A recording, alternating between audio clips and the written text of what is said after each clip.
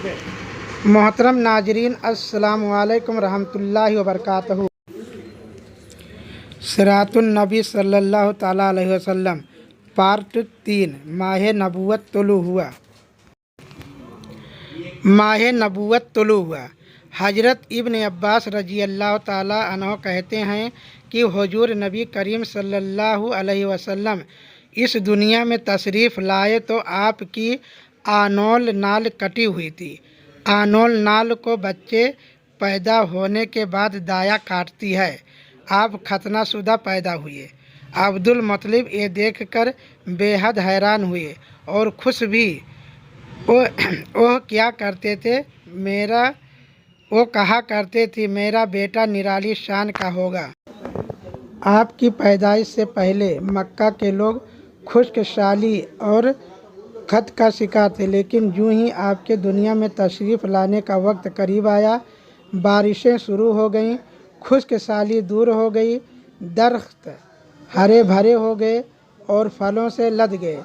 ज़मीन पर सब्जा ही सब्जा नज़र आने लगा। पैदाइश के वक्त आप अपने हाथों पर झुके हुए थे, सर आसमान की तरफ था। एक रवायत के अल्फाज ये हैं कि घुटनों के बल झुके हुए थे, मतलब ये कि सजदे की सी हालत में थे। आपकी मुट्ठी बंद थी और शहादत की उंगली उठी हुई थी, जैसा कि हम नमाज में उठाते हैं। हुजूर अनवर सल्लल्लाहु अलैहि वसल्लम फरमाते हैं, जब मेरी वालदा ने मुझे जन्म दिया तो उनसे एक नूर निकला। उस नूर से शाम के मोहल्लात जगमगा उठे।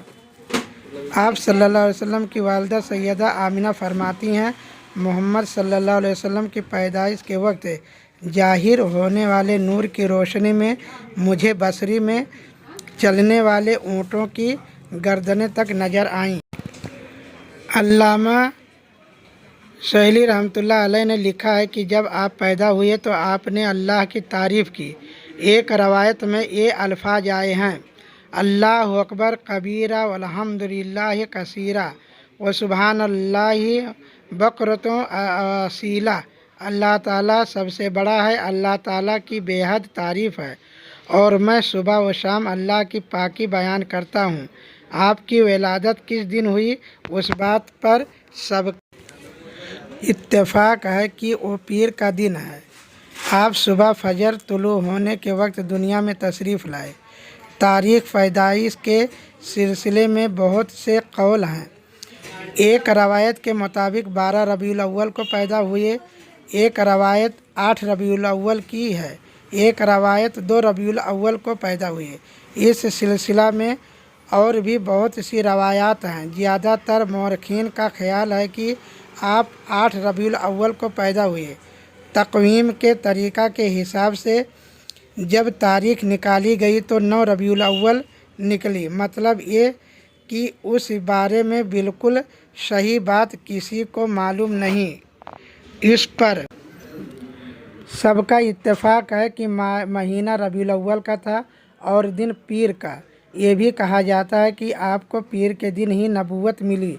पीर के रोज़ ही आपने मदीना मुनव्वरा की तरफ हिजरत फरमाई और पीर के रोज़ ही आपकी वफ़ात हुई।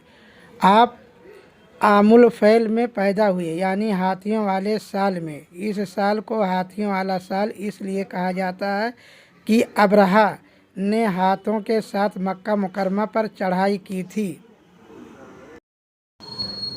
आपकी पैदाइश इस वाक़या के कुछ ही दिन बाद हुई थी। वाक़या कुछ इस तरह है कि अब्रहा यमन का ईसाई हाकिम था। हज के दिनों में उसने देखा कि लोग बैतुल्लाह का हज करने जाते हैं। उसने अपने लोगों से पूछा, ये लोग कहाँ जाते हैं? उसे जवाब मिला, बैतुल्लाह का हज करने के लिए मक्का जाते हैं। उसने पूछा, बैतुल्लाह किस चीज़ का बना हुआ है? उसे बताया गया, पत्थरों का है। उसने पूछा, उसका लिबास क्या है? बताया गया, हमारे यहाँ से जो धारीदार कपड़ा जाता है उससे उसकी पोशाक तैयार होती है। अब्रहा ईसाई था। सारी बात सुनकर उसने कहा, मसीह की कसम, मैं तुम लोगों के लिए उससे अच्छा घर तामीर करूँगा। इस तरह उसने सुर्ख, सफ़ेद, जर्द और सियाह पत्थरों से एक घर बनवाया। सोने और चांदी से उसको सजाया। उसमें कई दरवाजे रखवाए। उसमें सोने के पत्थर जड़वाए। उसके दरमियान में जवाहर लगवाए। उस मकान में एक बड़ा सा याकूत लगवाया। पर्दे लगवाए। वहाँ खुशबुएं सुलगाने का इंतज़ाम किया। उसकी दीवारों पर उस कदर मुश्क मिला जाता था कि वो सियाह रंग की हो गई, यहाँ तक कि जवाहर भी नज़र नहीं आते थे। फिर लोगों से कहा, अब तुम्हें बैतुल्लाह का हज करने के लिए मक्का जाने की ज़रूरत नहीं रही। मैंने यहीं तुम्हारे लिए बैतुल्लाह बनवा दिया है, लिहाजा अब तुम उसका तवाफ़ करो। इस तरह कुछ कबाइल कई साल तक उसका हज करते रहे, उसका एतिकाफ़ करते रहे। हज वाले मनासिक भी यहीं अदा करते रहे। अरब के एक शख्स नफील हसमती से ये बर्दाश्त न हो सकी। वो उस मसनूई खाने काबा के ख़िलाफ़ दिल ही दिल में कुढ़ता रहा। आखिर उसने दिल में ठान ली कि वो अबरहा की इस इमारत को गंदा करके छोड़ेगा। फिर एक रात उसने चोरी छुपे बहुत सी गंदगी उसमें डाल दी। अबरहा को मालूम हुआ तो सख्त गजबनाक हुआ। कहने लगा, ये कार्रवाई किसी अरब ने अपने काबा के लिए की है। मैं उसे ढा दूंगा, उसका एक एक पत्थर तोड़ दूंगा। उसने शाम व हबसा को ये तफसीलात लिख दी। उससे दरख्वास्त की कि वो अपना हाथी भेज दे। उस हाथी का नाम महमूद था। ये उस कदर बड़ा था कि इतना बड़ा हाथी रोए ज़मीन पर देखने में नहीं आया था। जब हाथी उसके पास पहुंच गया तो वो अपनी फ़ौज लेकर निकला और मक्का का रुख किया। ये लश्कर जब मक्का के करीब व जवार में पहुंचा तो अबरहा ने फ़ौज को हुक्म दिया कि उन लोगों के जानवर लूट लिए जाएं। उसके हुक्म पर फ़ौजियों ने जानवर पकड़ लिए। उनमें अब्दुल मुत्तलिब के ऊँट भी थे। नफील भी उस लश्कर में अबरहा के साथ मौजूद था और ये अब्दुल मुत्तलिब का दोस्त था। अब्दुल मुत्तलिब उससे मिले, ऊँटों के सिलसिले में बात की। नफील ने अबरहा से कहा, कुरैश का सरदार अब्दुल मुत्तलिब मिलना चाहता है। ये शख्स तमाम अरब का सरदार है। शर्फ और बुजुर्गी उसे हासिल है। लोगों में उसका बहुत बड़ा असर है। लोगों को अच्छे अच्छे घोड़े देता है, उन्हें अतियात देता है, खाना खिलाता है। ये गोया अब्दुल मुत्तलिब का तारुफ था। अबरहा ने उन्हें मुलाकात के लिए बुला लिया। अबरहा ने उनसे पूछा, बताइए आप क्या चाहते हैं? उन्होंने जवाब दिया, मैं चाहता हूँ मेरे ऊँट मुझे वापस मिल जाए। उनकी बात सुनकर अबरहा बहुत हैरान हुआ।